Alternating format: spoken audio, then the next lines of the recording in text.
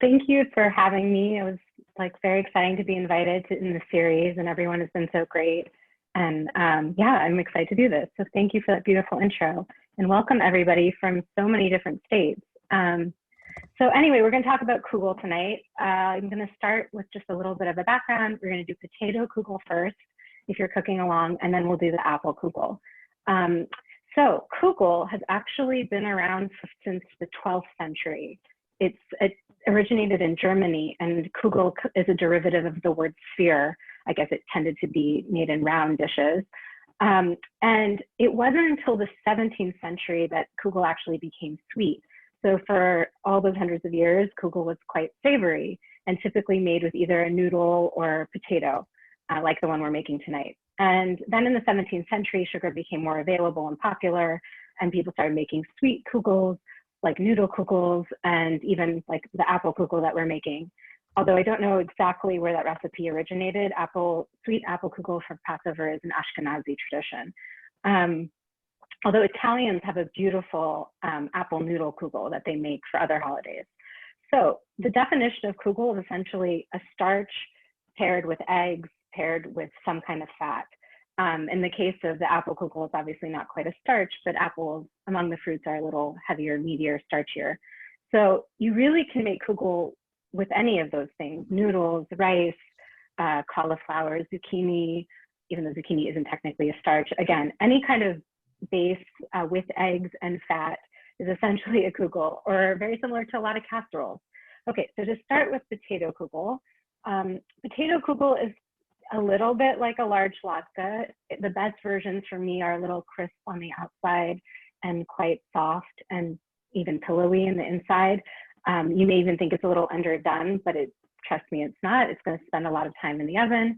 So the very first thing, and these are what I'm going to teach you about this particular potato kugel recipe, are the things that create that particular consistency. So different people have different traditions of how they make kugel, and this is the way I make it to my liking, and we can talk about what your preferences are too. So the very first thing I do is I've already preheated my oven to 350 degrees. And then I'm going to prepare whatever baking dish I'm using. And today we're making kugel cups. I think this is really particularly good for pandemic years, or if you're not trying to have like family style serving, but it's also nice to just have individually cute little portions of kugel. And so for the kugel cups, I take 2 strips of parchment. They don't have to be perfect. They don't have to be perfectly straight.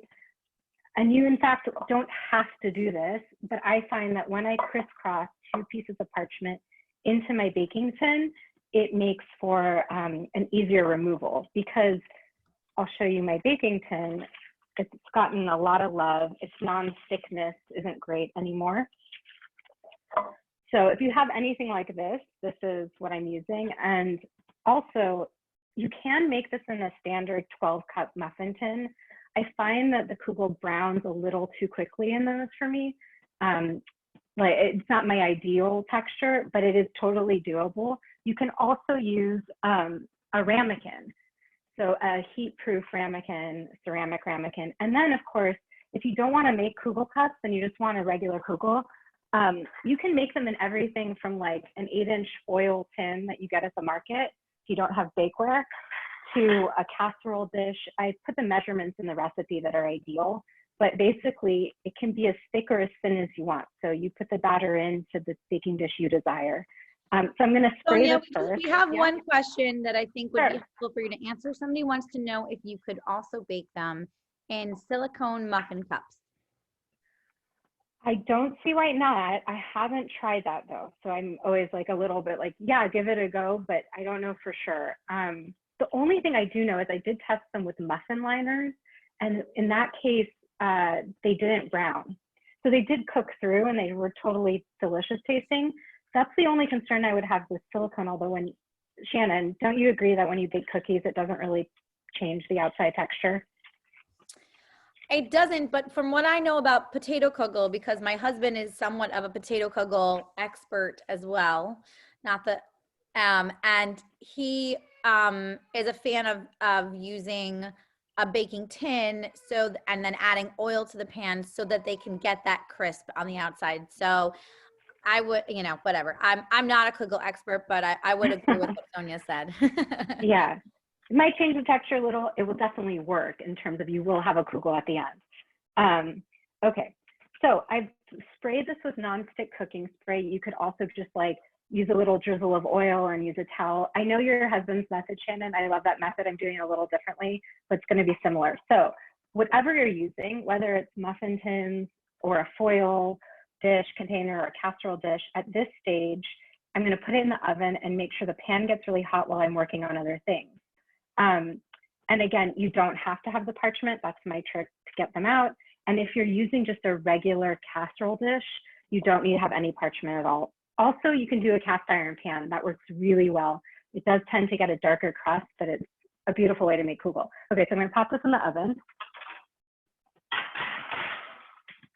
All right, while that's heating up, the other thing I'm gonna heat up before we do anything else is my oil. And this is something I don't believe is an essential step, but I do have to say that, I don't know, I learned this from the Chabad community actually, and I've done it ever since, and I think it adds some kind of magic to the batter. What we're gonna do is we're gonna take a 1/3 cup of neutral oil. I like sunflower, avocado, you can use canola, you can use vegetable, whatever you have, grapeseed, things that cook well at high smoking points. And I'm gonna just heat it on the stove. And again, if you don't feel like doing this because it's just another step, then don't do it. It's not gonna radically destroy your kugel. But I do think it adds something to the creaminess of the interior texture. So that I'm just gonna heat up while we're moving on. Okay, so before I move on to my potatoes, I just get the base of my batter going. You can do this in the opposite order too. This part of the order isn't crucial, but I just like to have it sitting there, and then I'm gonna shred all my potatoes and dump them into this egg mixture. And again, it's super simple. It's 3 eggs. Somebody wants to know, can you microwave the oil? Absolutely, yeah, totally. I actually weirdly don't own a microwave, but that's a perfect way to do it. And you just want it really hot, like so that when it touches the batter, it's gonna, you'll hear it will sizzle. Okay, and so what about eggs. olive oil? My friend Eva, who has come to almost every class, thank you, Eva, wants to know, is olive oil okay? Olive oil tends to have a strong flavor. It's why, and it also traditionally, like, you don't want to get olive oil too hot. So it's not my preferred option, but I really believe in cooking like you use what you have. If olive oil is all you have, use it. It's not going to taste terrible. It will work. But I prefer neutral oil just because, you know, that sometimes there's a bitterness to olive oil, and it really can get highlighted when there's not too many ingredients. Okay, so I have 3 eggs, and then I have 2 teaspoons of kosher salt.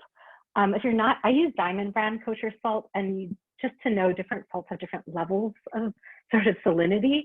So like the Morton kosher salt, actually I think that has a higher level of salinity. Table salt, I would use less than 2 teaspoons. I would probably do 1.5 teaspoons. And I can hear my oil starting to make noise. So I'm just like keeping an eye on that. I'm gonna turn it off once it seems like it's hot enough. Okay, so I have the salt in here and a little bit of ground pepper.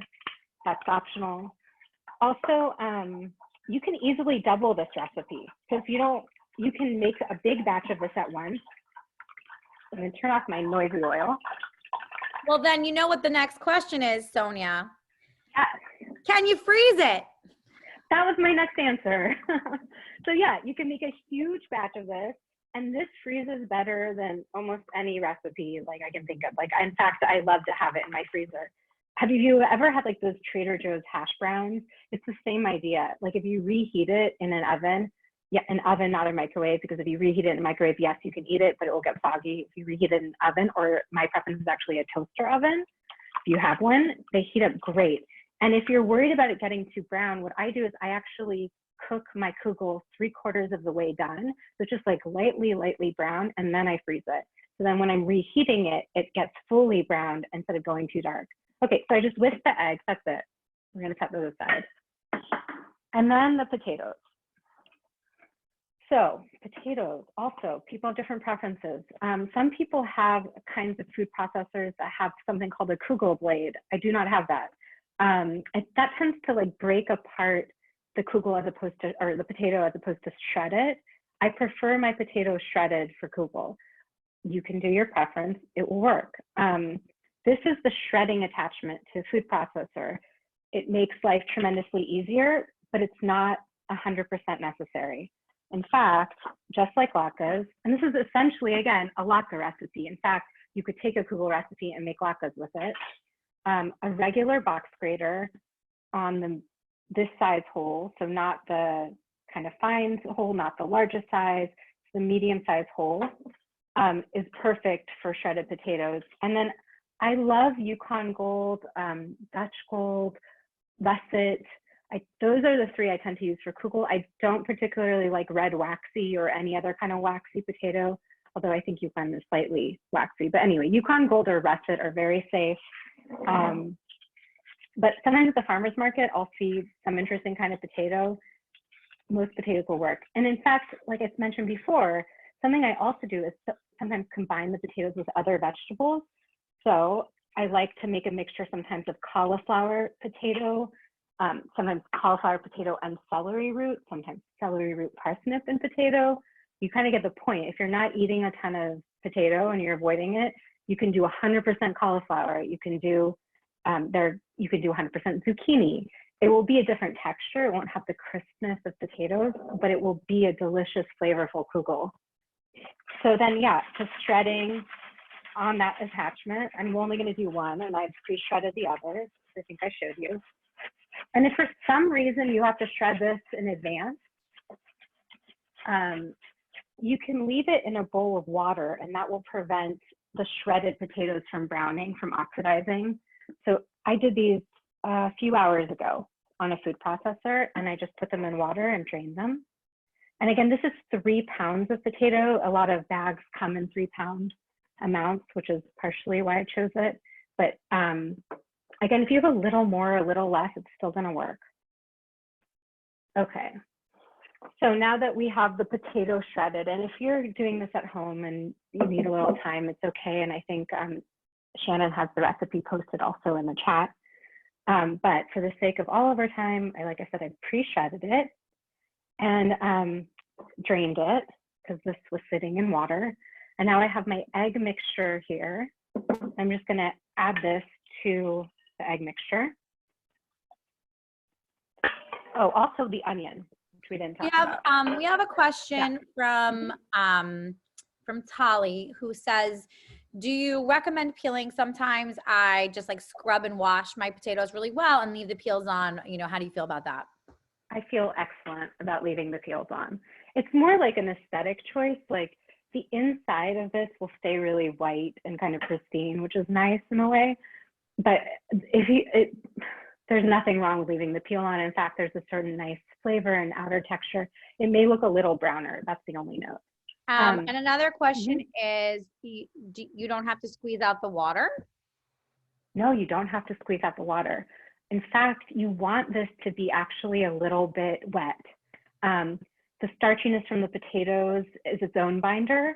It adds to the egg binder, and it's gonna look really liquidy. Like you're gonna think, oh, this looks really wet and mushy.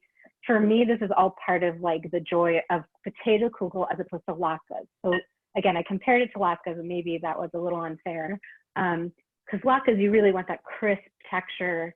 You know, that's the dominant texture. In potato kugel, I want a crisp exterior and a creamy center. And so for the onion, there's one onion. This is like what I call a medium onion, like almost like a baseball size. Again, the exact amount is okay. If you want a little more onion, a little less onion, you don't like onion, don't add onion. If you like onion powder and garlic powder, add that instead. I personally love the flavor of onion in this. I think it really like perfumes the whole thing. It's delicious.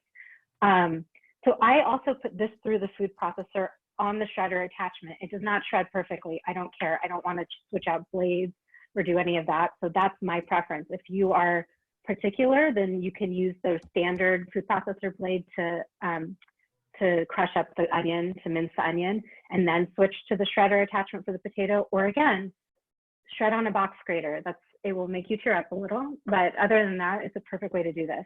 If you really don't feel like doing that, then finely dice it. It's all gonna work out. Okay, so the onion's in. All right, before well, first I'm gonna mix this. And I find that mixing kugel really is best with one's hands. Because I'm doing so many things, I'm wearing gloves. I don't always wear gloves when I'm mixing kugel. But yeah, if you don't want to mix it with your hands, yeah. That Yael says you are a fantastic teacher. And that's so nice to hear. So you are Thank you so much, Yael. It's very kind. Okay, so using my hands, which again is just the best way to do this, and really getting in there. And if you don't feel like doing it, don't do it. I really feel like the main thing with cooking, though, is just not to be freaked out that you're doing something wrong, especially with things that aren't baking. And even with baking, that's for another time, it usually works out. But especially with this kind of thing, it's hard to really mess up kugel. Okay, so now I've mixed it, but I haven't yet added the oil. And I think it should be still hot. And this is what I was saying. I'm going to be quiet, so hopefully you can hear this. All right, it wasn't quite hot enough, but that's okay. At home, it should be hot, and when you hit the potatoes, it will sizzle. And there's, again, some kind of magic that happens with that. I can feel that it's warm. Also, I have like no feeling in my fingertips, so if you want to wait a second after you pour the oil, that's probably a good idea. But actually, because the potatoes are quite cold and everything else is cold, it cools down within 30 seconds or less. All right, so now the oil's all in there. And now I'm gonna get a very hot pan. And I'm gonna set this up so I can set it down on something.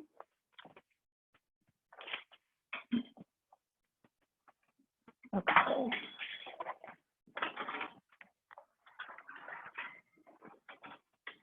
So the pan is smoking, which is good.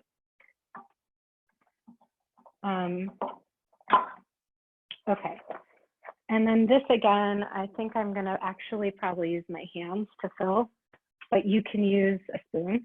And just the main thing here, we have a very hot pan. So either use your oven mitt or a dry towel, not a wet towel. That's a way to get burnt. So this amount of batter will make 12 of this size kugel cups. So 12 of the 6 pan. It will make one larger casserole. I think this is all written in the recipe, the sizes. It would also make 2 of the 12 cup kugels if you're using like a standard baking tin. And I'm filling it up. You can fill these all the way. It's not baking. They're not going to overflow. However, if you want to later use these to make a breakfast, so one thing you can do, and this is also in the recipe provided, is add an egg on top after they're cooked. And so you can have these kind of like kugel egg cups. It's delicious. So in that case, if I'm planning to add an egg on top, then I fill it kind of 3/4 way. Really, I don't need to leave too much room, but I might leave a little extra room if I'm doing that. Or if you just don't want your kugel too thick, then don't fill it too high. So we have one question. Sure. From looks like Layla, who says, when do you add mushrooms or spinach if you're adding those into the mix? Thank you for asking. Yes, this is before you add this into the tin. So when I was mixing the potatoes and onions with the eggs before the oil or after the oil, it really doesn't matter. You can add the mushrooms or spinach, greens, or anything at that time.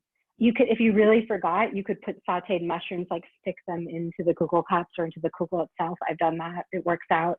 So if you're doing something, a filling, like a mushroom addition or a spinach addition, the main thing is that whatever you're adding to the batter, you actually do want to cook, unlike the potatoes, because the mushrooms, for one, you want to release some of their liquid before you add it to the batter, same with spinach. Yes, I said it's okay that the kugel is a little wet, but you don't want that wetness that comes from the moisture of spinach and mushrooms. So that's just my note, is to saute them until they're at least mostly cooked. Okay, so this goes in the oven. So I've used about half the batter at this point. And because I still have half the batter, but I only own 1 6-cup muffin tin, I am going to use this foil tin. And this is great because then I can literally just pop this thing in the freezer when I'm done, which I will do. If you're using a cast iron pan, what size would you, what size, how many inches? Like an 8 or a 9-inch or bigger? Yeah, at least a 9-inch. For the whole batter, it would be a little thicker, but that would be a great size. You can also use a 12-inch, and then it will just be thinner. We're real struggling around potatoes. So talk to us about 3 pounds of potatoes, right? Could you approximate how many potatoes? It's kind of hard to say because potatoes weigh different amounts, but if you were approximating, how many potatoes would you approximate? So russet potatoes are really the only potato I can approximate with, because a large russet potato, like a jacket potato, as they say in England, or baked potato, what we all know is like the standard baked potato size is usually about a pound. So 3 potatoes would be 3 pounds, 3 large russets. Yukon Golds are so varied in size, it's hard for me to really say, but like I said, Trader Joe's, for instance, at my Trader Joe's, could be different anywhere else in the country, they sell 3-pound bags of Yukon Golds and 3-pound bags of russets. If you have a 5-pound bag only, and you're like, need to approximate 3 pounds, I would just, again, do 3/5 of your bag approximately, and don't worry, it's gonna work. I would just say also that one of my favorite food gadgets is a very inexpensive food scale, and I use it for everything. So if you don't have one and you're like, what would help my cooking and baking? I feel like a food scale is a great thing to have. There was, you cannot say hi, but you can come sit with me. There was one other question. Oh, could you use the same base potato kugel to make yapchik? Oh my gosh. I was just looking about yapchik. What do you remember offhand, Shannon? My brain is blanking. Yapchik is like potato kugel that's like has short flanken. It usually inside. Oh yeah. So I've never tried it, so I feel like I'm not the expert to say that. But my guess is anything that's like similar, like this potato kugel recipe batter, like I said, can work for latkes, can work for kugel, could be the base of a breakfast hash brown dish. It really is versatile. But again, I would maybe Google a yapchik recipe and see if there's a similar. I'm going to share one in the chat as well. Great. Joel says yapchik has ground beef. I think yapchik can be made with different cuts of meat. You know, I think it's definitely like community based. But here is one recipe. I've seen a lot of recipes that use flanken. Yeah, sorry. Here, have a recipe. I was interrupted by a child that got distracted. So I put that in the oven while we were chatting. And here's my thing about time. I'm going to check this after 30 minutes because that's usually around when it's ready in my personal oven at 350. I also have an oven thermometer. I can monitor the level of my oven because I tend to test recipes. It's not something, it's very cheap, but not something you need to have. I think it's way more important how something looks and whether it feels done than the time on the recipe. So I gave you guidelines for time in the recipe, but I would check on it. So check at the earliest time I say it would be done, and then gauge it. If it doesn't look golden brown, like evenly golden brown. And then another really great trick, and when I take it out, I'll show you how to do this for anything. This is great for fish. A sharp, small paring knife. If you stick it into the center of the kugel and touch it to your hand, it should feel hot. If it feels cold, it needs more time in the oven. That works with fish. Meat is a whole other category, but that really does work well with kugel. Okay, I've set my timer for 30 minutes and I'll check on it then. And then we're going to move on to apple kugel, but I'm happy to answer any remaining potato kugel questions before we do that. Shannon, do you have any? I'm looking. I'm so sorry. So, can you use a Pyrex and then freeze it in the same container? I think Pyrex, one thing, yes, you can make it in a Pyrex, absolutely. I wouldn't freeze it in a Pyrex and then reheat it in that. I think when you go from hot to cold Pyrex, that's the one time I've had a bad incident. Can you confirm that? Has that happened to you, Shannon? You know what? I'm very un-Jewish about freezing. So okay. I almost never freeze food, and it's probably because I'm only half Jewish, so I don't have the same inclination to freeze foods all the time. I've never frozen in Pyrex. If we freeze a kugel, which I have on occasion been known to do. We would freeze it kind of like in a tin foil pan. Your recipe called for matzo meal. Did you use matzo meal tonight? No, I didn't. I don't think my recipe calls for matzo meal. Shelly, I'm gonna look at the recipe. Maybe like let's make sure that we're looking at the right recipe. I'm pretty sure I sent you the right recipe. But let me just My while we're recipe sitting does here. not include it, so that may not be the right recipe. I don't see any matzo meal. So the recipe, I'll just repeat it, is a third a cup of oil, 3 pounds of potatoes, previously discussed, 1 medium yellow onion, 3 large eggs, 2 teaspoons of kosher salt, half teaspoon of ground pepper, and then she shared some optional toppings. So my husband's recipe does call for matzo meal, but Sonia's does not. And nobody cares about Jonathan Goldberg's recipe tonight because we're all about Sonia. So I'll tell you why I don't like matzo meal though in this. Great. Because you don't need it. And then it adds gluten, which makes it more limited to certain people. So what I love about this recipe is it's 100% very naturally gluten-free, grain-free. And matzo meal to me, like it's already gonna, like I said, I'm not looking for a thick, stodgy kugel. I'm looking for something delicate and soft in the summer.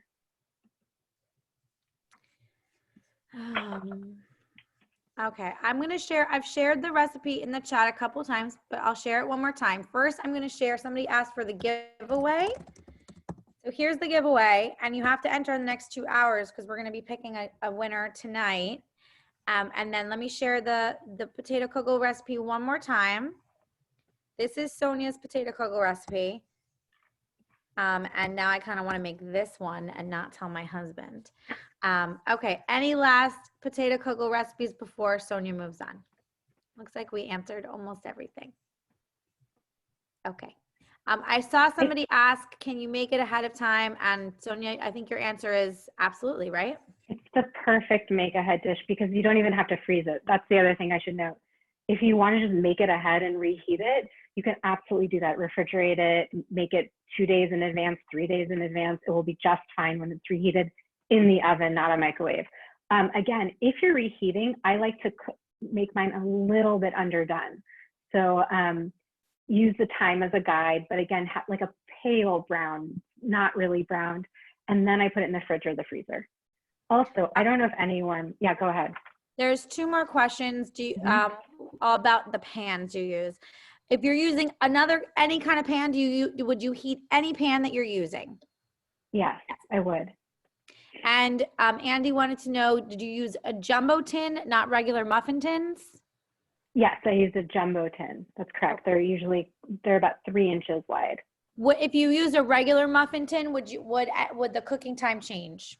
Yes, it will be probably 10-ish minutes less time. I would check it earlier. So check it after 15 minutes, see how it's doing. You'll have a pretty good sense. And it's not like baking. You can open the oven, it will be fine. So open it, look at it, close it, you'll be fine. Like I said before, the thing about the standard muffin tin completely, totally works. I find it browns a little too quickly to my liking. Like it just, I don't know, it just cooks differently. So it's just a thing to note. But you can do it, it will be delicious. All right, let's do a matzah. Okay, and I was gonna say one last thing about potato kugel. If for some reason someone has egg allergies, it's like, again, kugel is starch, eggs, and fat. That's the basis of this recipe. But if you're really dealing with allergies, you can use potato starch as a substitute. And I'm just gonna say this, maybe you can write it in the chat or write it down if you're paying attention to this. 3 tablespoons of water, so 3 tablespoons of water with 2 tablespoons of potato starch. Mix those together and add that for each egg. So in this case, there's 3 eggs, so that would be 6 tablespoons of starch and 9 tablespoons of water. Okay, moving on to apple. All right, so apple kugel, a little bit about this. It's a sweet kugel. It is meant to be served with your main entree or your main meal at Seder or Shabbat or any other kind of Passover meal. It is quite sweet. So if you do not like sweet kugels and with your savory foods, this recipe is not for you. It does work as a dessert. Like it's not as sweet as a dessert, but if you're someone who's like, I don't terribly like very sweet desserts, I like the idea of kind of an apple crisp like dessert, you can do that here.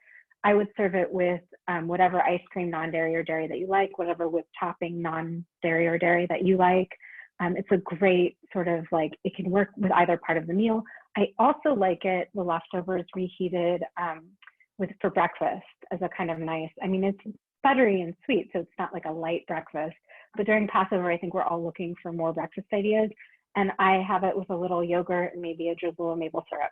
So that's a little bit about apple kugel.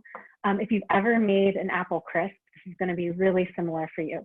The only big difference is how we deal with the matzah. And traditionally, apple kugel is made with matzah, so that's why we're doing it with matzah. I have not tested it with gluten-free matzah. I don't know how gluten-free matzah will work with the soaking part of the process, and it tends to be made with potato starch. To me, tastes a little bit like potato chips. Delicious. I love gluten-free matzah, but I can't say for certain that it's a great swap in this recipe. I think you could also leave out the matzah.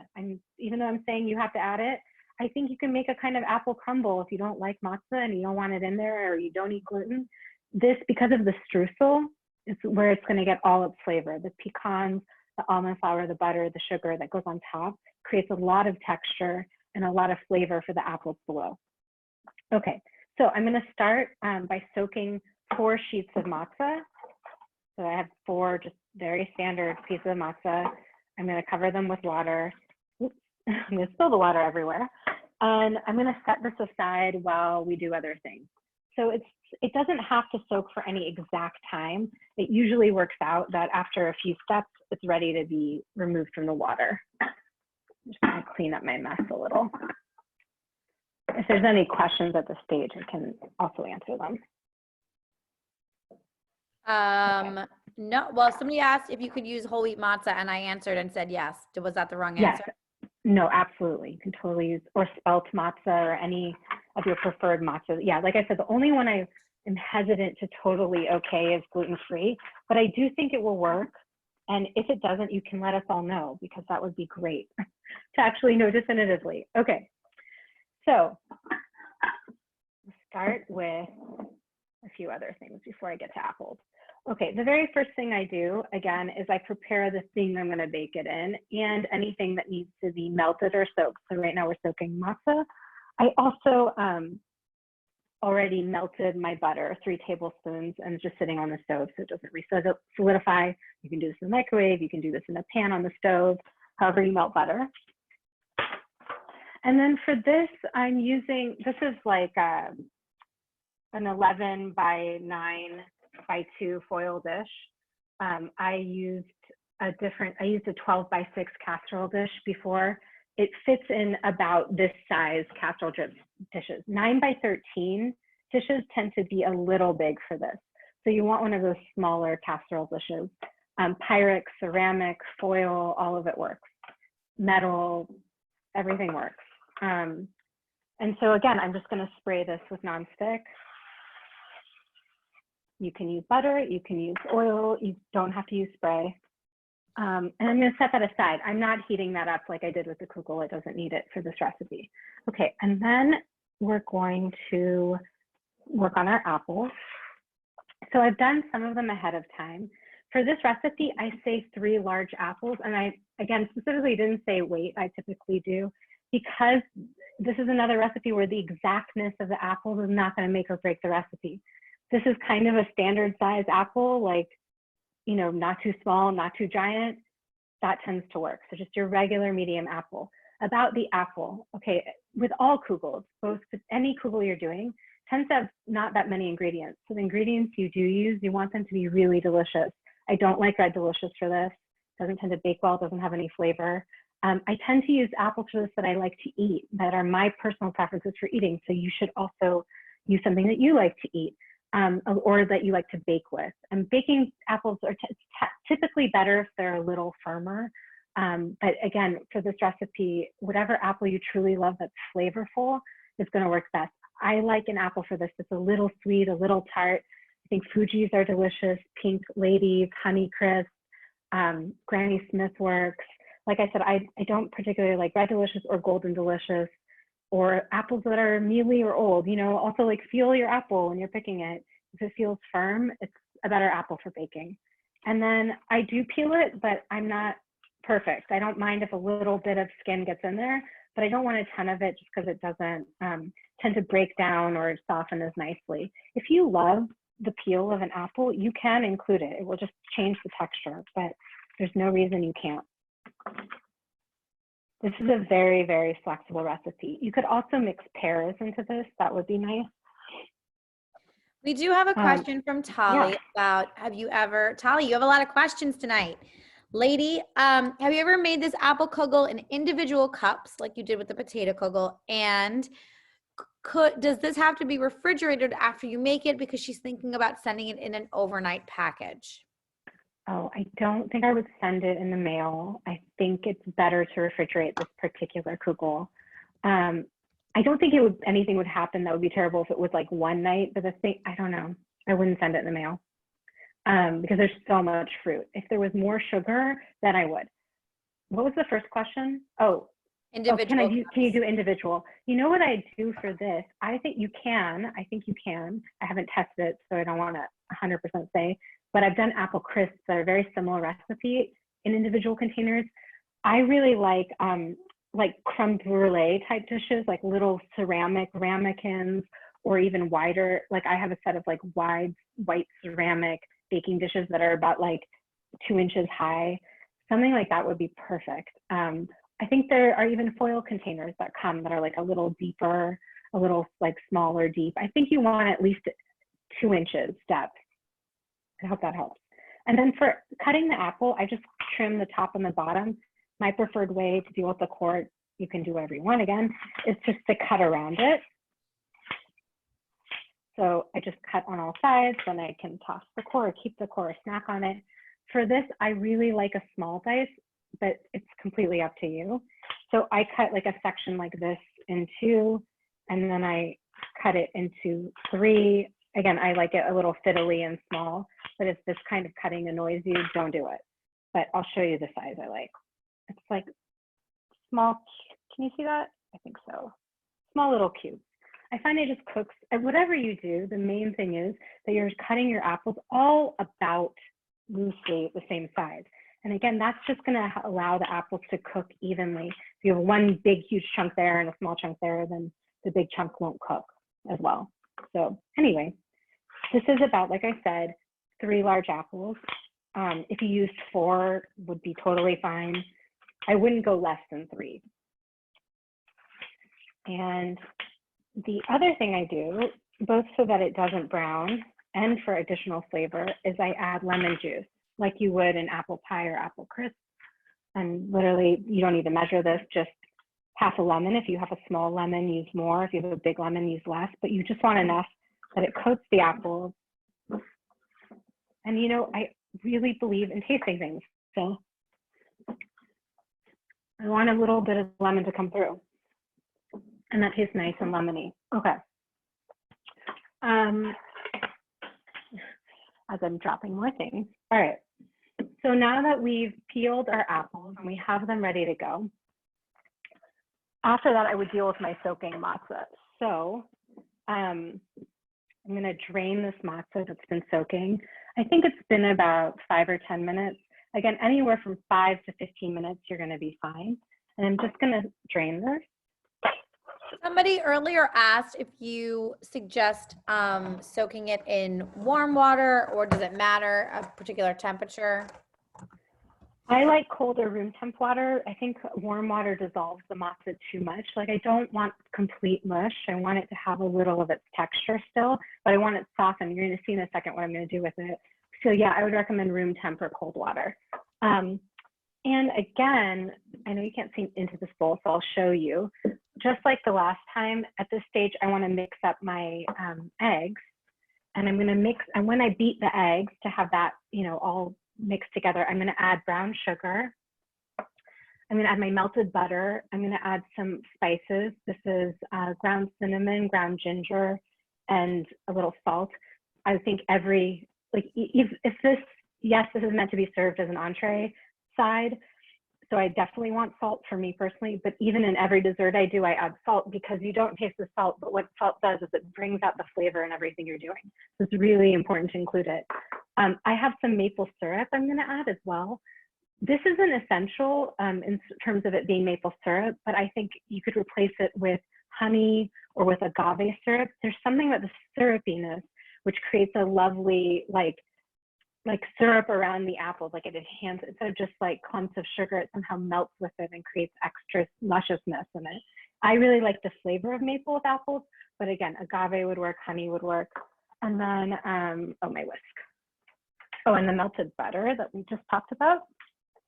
And if you don't want to use butter because you're serving meat, Miyoko's has a beautiful vegan butter. Margarine, whatever margarine you use is totally fine. Melted coconut oil would absolutely work. So I'm just going to add the eggs. And Shannon, I can take questions if there are any. I think you answered all of the questions. Oh, great. And I love your description of maple syrup and apple. Like if you could call me later and then like say that again before bedtime for me, I find it very soothing. I can do that for you. Great. Oh, about spices. So I added cinnamon and ginger because they're simple and they're things I like and always have around. Cardamom would be lovely here, not too much. Nutmeg, a little bit too. If you like allspice, that's nice here. So again, whatever you love in your apple crisp or your apple pie, I think though you want to be subtle. Again, this is not apple pie. So I just add a little bit and I put the measurements in the recipe. But if you're really into cinnamon, add more. If you want fresh ginger, that would be delicious.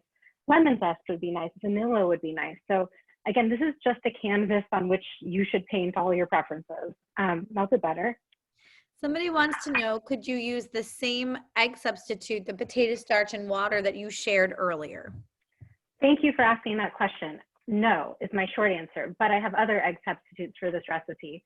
For this recipe, I think instead of eggs, hold on, I'm just whisking really quickly and then I will answer.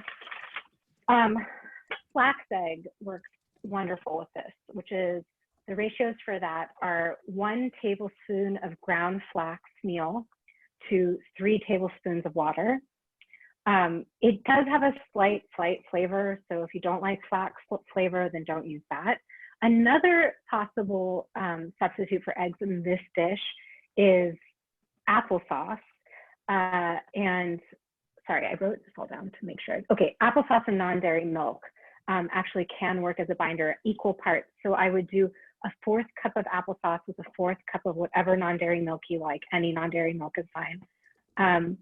You could, and I'm going to go back and say you can use starch. I shouldn't say you cannot.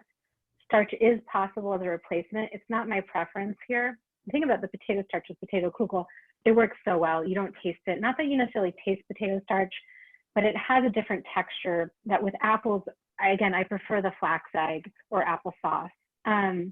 You can also use just eggs. I mean, I don't know at Passover, I think they have soy in them. So it depends what level of kashrut you're keeping. But on if you're not worried about soy, then something like just eggs would be great, or an egg replacer. Okay, so I whisked that all together. And then what I'm going to do next is show you our soaked, drained matzah. And this I also do with my hands. So I'm just crumbling it, like the way you would wring out a towel. If this is gross to you, you can use gloves. You could mash it with a fork, honestly. It's just so easy to do with your hands. So I highly recommend that. I'm not worried about if the chunks are the same or not. I don't mind if I get a little piece of matzah and a big piece of matzah. If you really care about that, then be more precise. It feels like a great job to give like a kid or like your partner, right? Yes, this is a great, kids love this. It's gross in a fun way. It's actually not too messy because the matzah's wet, so it's not going to crumble all over your kitchen. It's great. So anyway, I'm continuing to do this right into the egg batter. Somebody wants to know, could you use matzah farfel? Yes, you could. That would be a great substitute. I think you could also use matzah egg noodles. Like I really do love that apple noodle kugel that Romans make, Italian Jews make. And I think a Passover noodle could be really delicious with this. And if you were doing that, sorry, my cat is trying to be freed from the room that she's locked in at the moment. So I apologize for the noise. What's your cat's name, Sonia? I have 2 cats. Their names are Lois and Martha, and Lois is particularly excited about cooking classes. So she's the one begging to enter the kitchen. Okay, so this is about 4 to 5 cups of matzah once it's crumbled. So I would use that if you're going to replace it with farfalle or with egg noodles. I would do about 4 cups. I'm going to just wipe off my hands.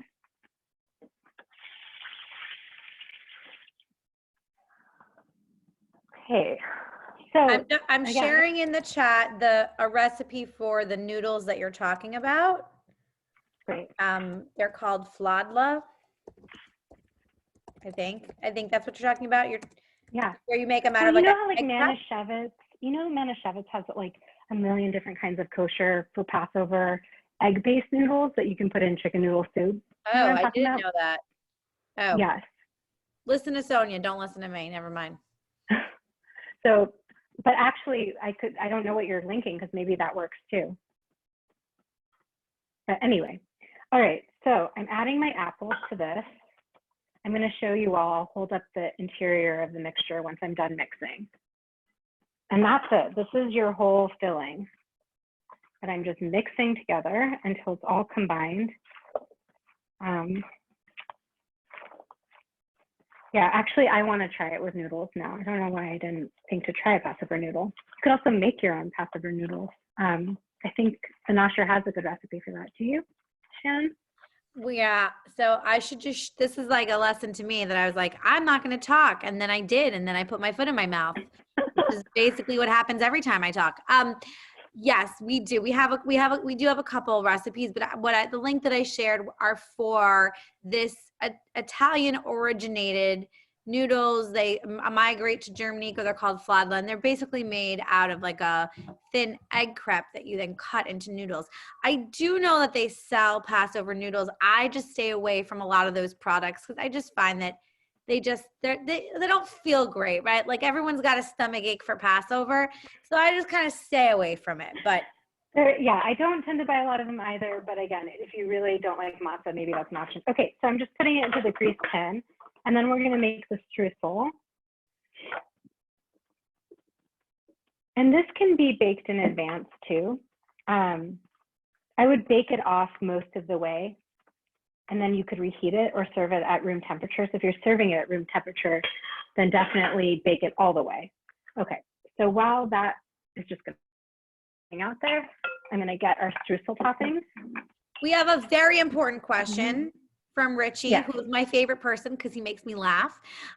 He wants to know, what is your favorite Passover dish? Oh, I love that question.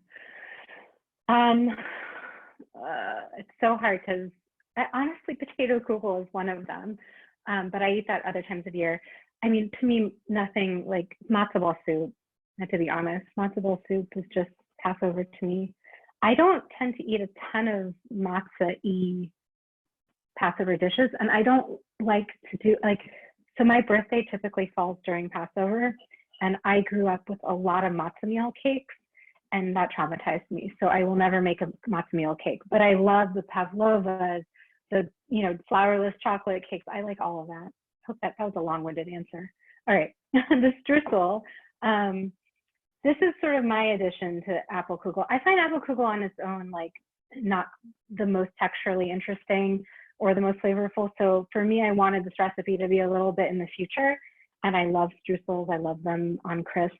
And I love pecans with apples. You can use walnuts. You could use almonds. They're not as great. You could use hazelnuts. But again, there's something about the pecans that just add the right kind of caramelly nuttiness, like a caramel apple, that I don't think other nuts offer. So that's why I'm kind of passionate about that for the streusel. For the butter, you can use any kind of non-dairy butter if you don't want to use butter. So coconut oil, I haven't tested. I think it could work, but I don't want to 100% say for sure. But certainly a margarine or a Miyoko's butter or Earth Balance, any of that. I'm using just regular butter here. We have a question going back to the potato kugel. If you're baking it as a casserole, if you're baking it in a round pan, I assume is the question, How long are you baking it if it's a casserole dish? Sorry, for Apfelkugel. No, for the For potato noodle kugel. kugel. Sorry, for noodle. Sorry, I just got lost. Yeah, for potato kugel, if you're not making Yeah. little cups, if you're making it as a big dish, how long is it cooking for? Again, because every baking dish cooks at a little different rate, I would check it after 30 minutes. And like I said, I would use the technique of sticking the knife into the center. If it looks very brown, I would stick the knife in the center, see how it feels, is it hot or not. If it's browning too fast for you, you can cover it lightly with foil. It will stop browning and continue to cook. But yeah, I would start with 30 minutes. It could take up to 45. It could take up to an hour. Like in a glass Pyrex, for some reason, it takes longer.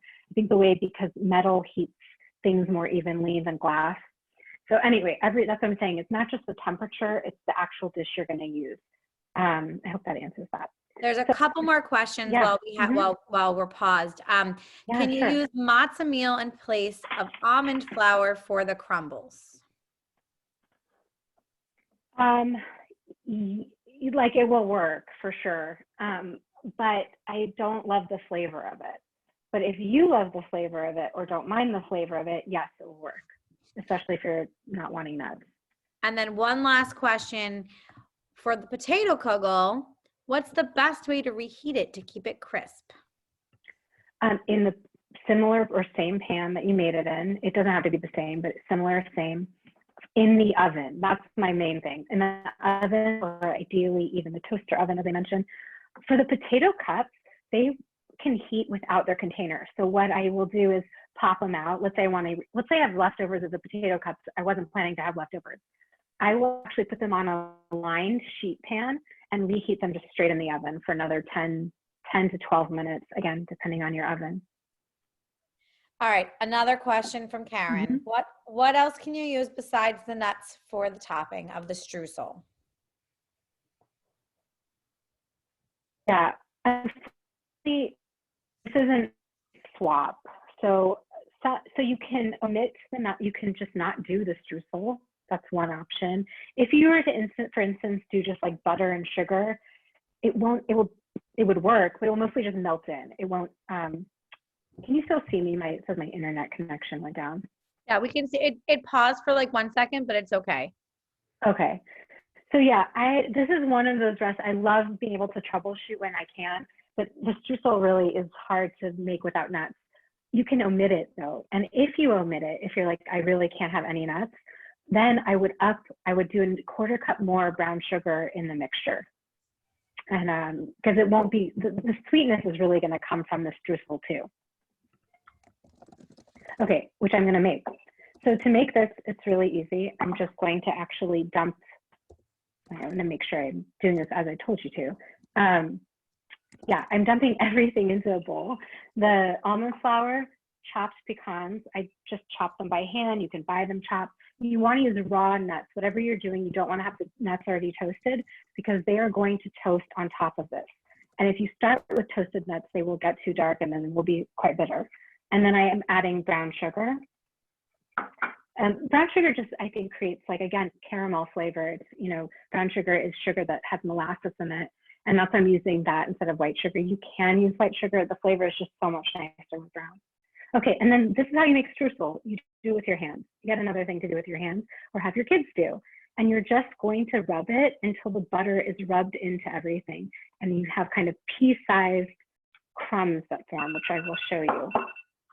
Oh, so our timer just went off on our kugel. Before I finish this, I'm going to check on that. And we can all see sort of what it looks like at this stage. Thank you for bearing with me. Okay. All right, there are a couple questions that came in that I'm going to answer for Sonia while she's checking on those. She shared that you could use matzo meal, but it's not going to be as good as the almond flour.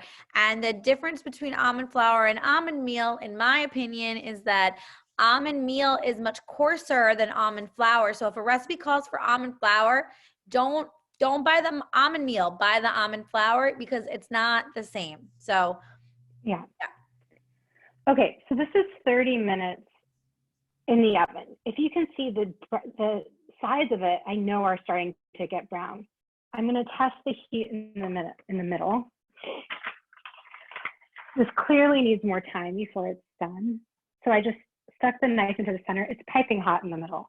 So it's cooked through, but I want more browning. So if I was going to make this in advance, I'd take it out now. I would take it out like this. It's starting to brown on the sides, looking pretty good. I would let it cool fully.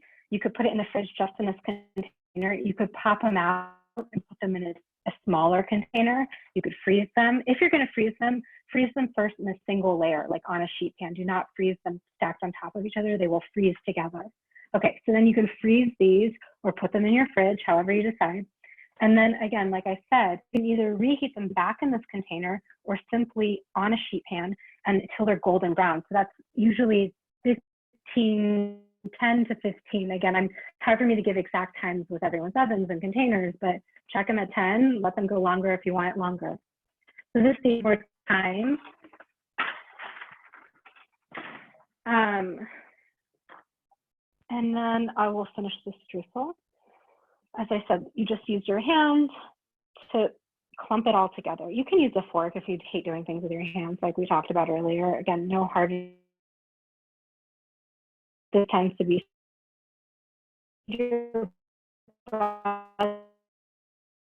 thing. It does help if your batter is cubed. It makes it just easier to mix it in evenly, but it can be cold, totally fine. And if it's room temperature, also okay. It's just if it's really warm, then it's just gonna get a little bit melty, gloopy. So you do want some form to your butter. Okay, so in the interest of time, this is probably good enough. If you can see, it kind of looks like sand. There's like little pebbles that form. And now I have the kugel that's been sitting here, and I just sprinkle this over the top. I'll show you when it's done. But it's not going to be like a perfect even layer. It's okay. You just want to do your best to get it as evenly over the top as possible. And this cooks at the same temperature as the potato kugel, so you could absolutely put them in at the same time. If you can fit them both on the same middle rack, that's always best. But you know, it's going to be okay if they're not. And this one cooks for 45 to 50 minutes. What you're looking for is something that is very golden brown on the top. And if you, again, stick a little knife inside, like I have a broken record, but you'll feel if it's hot inside, and you'll also feel if the apples have give. So you want your apples to be softened. It's like a pie or a crisp, but they don't need to be total mush, and they won't be. So about 45 to 50 minutes, and that's it. And the finished photos are on the website, are on Jewish Food, on the Nasher. So if you need a reference of what it should look like, that will be a good guide. I want to share, which I didn't get to before, and we'll still take some more questions from Sonia. I'm sure you guys have questions. Only about 17 people want to know again, what if you don't like almond flour, don't want to use almond flour, don't have almond flour, what would you recommend? But here is Sonia's website where you can find more stuff from her. And if you're not following her on Instagram, you should be, because you will be drooling and be inspired. I am always inspired by her. Even our writers are always inspired by her. They're always making her recipes. So if you haven't tried any of her other recipes, I highly recommend. Here's her on Instagram. So almond flour, Sonia, let's talk about it. Yeah. The reason I use almond flour is because it, again, the texturally, like it creates a crispness. It's not too coarse. Okay. Again, and I don't want, like, I haven't tested every version of this. So this is my best guess. So with a grain of salt. If you didn't have almond flour, I think there are other nut flours, but I'm assuming that people are wanting to avoid nut flours. You could use more pecans, finely chopped. I think the matzah meal is an appropriate substitution as well. I think because basically you're looking to replace flour. Like if this wasn't almond flour, I would use oats or oat flour or regular flour, any of those. And if you look up apple crisps, you'll see that traditionally the crumbles are made with these things. But again, if you really, really hate almond flour, don't want to go buy it because it's annoying to buy a whole bag. I get that. I would up the pecans and do it with brown sugar and with butter, but just know it might be a little like more buttery on the interior because it will seep into the apples. I hope that answers the question.